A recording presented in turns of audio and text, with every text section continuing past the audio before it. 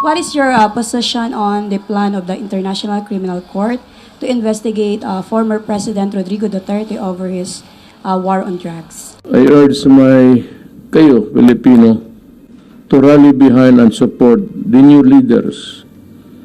We want the next administration successful. Ang ayaw ko, baka may maiwan pa yung namumuliti ka pa rin. What is your position on the plan of the International Criminal Court to investigate former President Rodrigo Duterte over his war on drugs? My position hasn't changed, and I have stated it often, even before I took office as president, that there are many questions about their jurisdiction and the what we in the Philippines regard as an intrusion into our internal matters and a threat to our sovereignty. So, no, I do not see what their jurisdiction is. I feel that we have in our police and in our judiciary a good system. We do not need assistance from any outside entity. The Philippines is a sovereign nation, and we are not colonies anymore of these former imperialists. So that is not something that we consider to be a legitimate judgment. So until those questions of jurisdiction and the effects on the sovereignty of the Republic are sufficiently answered, I cannot cooperate with them. Thank you, sir. Mr. President. Payo ko sa lahat. And I hope that everybody would come to terms with the reality that we have a new government, and I urge kayo, Filipino, to rally behind and support the new leaders. We want the next administration successful. Nagsalita ng tao, may mga leader tayo, and me, wala na ako. I will say nothing. Ang ayaw ko, baka may maiwan pa yung namumuliti ka pa rin, or just plain criticize itong bagong administrasyon. You do not do that. President-elect Marcos would need the cooperation and help of everybody. We must give it to him. That's democracy. That is how we operate. Next question from Mr. Nestor Corrales from Philippine Daily Inquirer. Good morning, Mr. President. Good morning. Sir, do you think it is now the right time to activate or to invoke the country's mutual defense treaty with the United States following the laser pointing incident at the West Philippine Sea? Perhaps it is because if we activate that, what we are doing is escalating, intensifying the tensions in the area.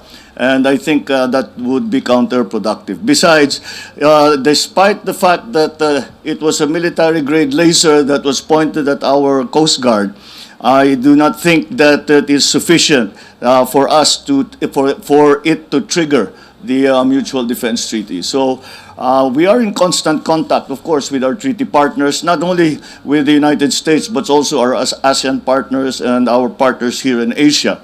And that, I think, is the better recourse, rather than to go directly to the Mutual Defense Treaty, which, again, I am very concerned would provoke the tensions rather than cool the tensions down.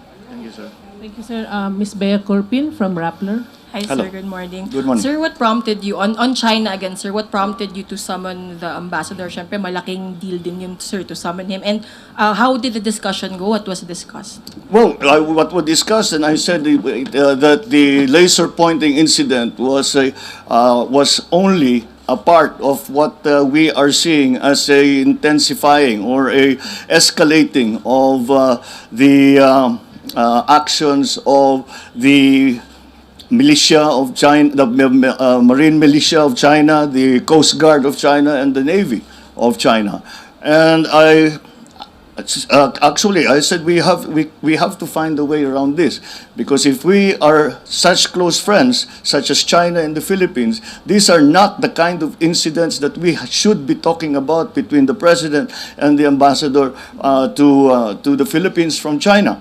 And I reminded him that this was not what we agreed upon with President Xi when I visited him in Beijing. So we are hoping that we can find a better way rather than these incursions into our maritime territory and the rather aggressive acts that we have been seeing in the past few weeks and months. At a time when China is increasing its presence in the South and East China Seas, NHK asked Marcos how he plans to navigate the resulting security and diplomatic challenges. We have observed many movements by the different powers. China, of course, has made its presence very strongly felt to the Philippines. And again, my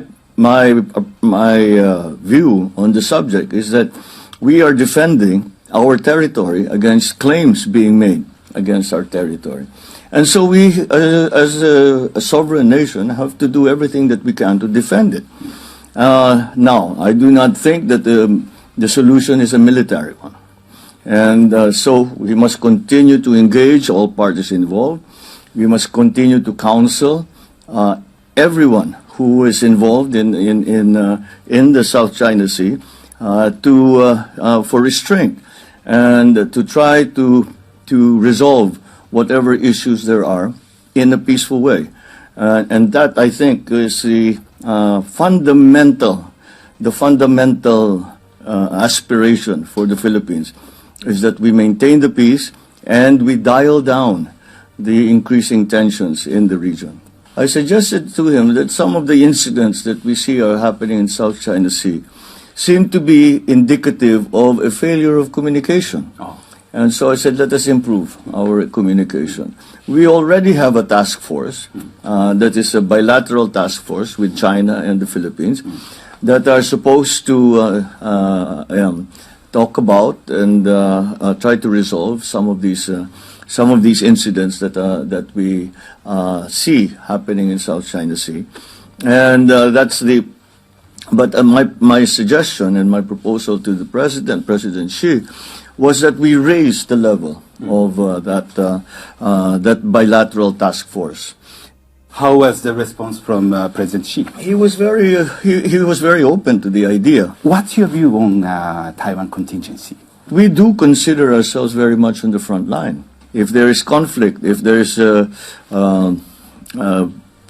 any kind of incident in the Taiwan Straits, then it will affect the Philippines immediately.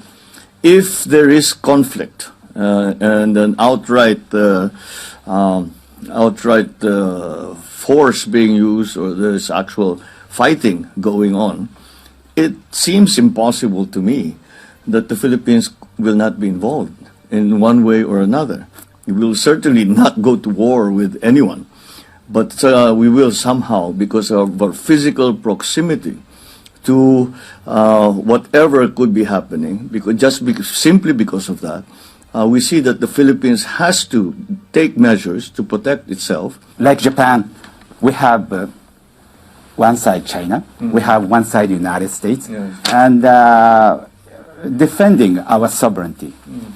What's your philosophy? Well, you see, this is what we are trying to avoid. The calculus that we used to use during the Cold War, when you have to choose between the Soviet Union or the United States. And there were very well-defined so-called spheres of influence. And I do not think that this is relevant anymore in 2023. And so as I have often repeated, that the Philippines has pursued an independent foreign policy, and it is not guided by any other country, but guided by the national interest, what is best for the Philippines, what is best for our citizens, what is best for the protection of our sovereignty and of our territory.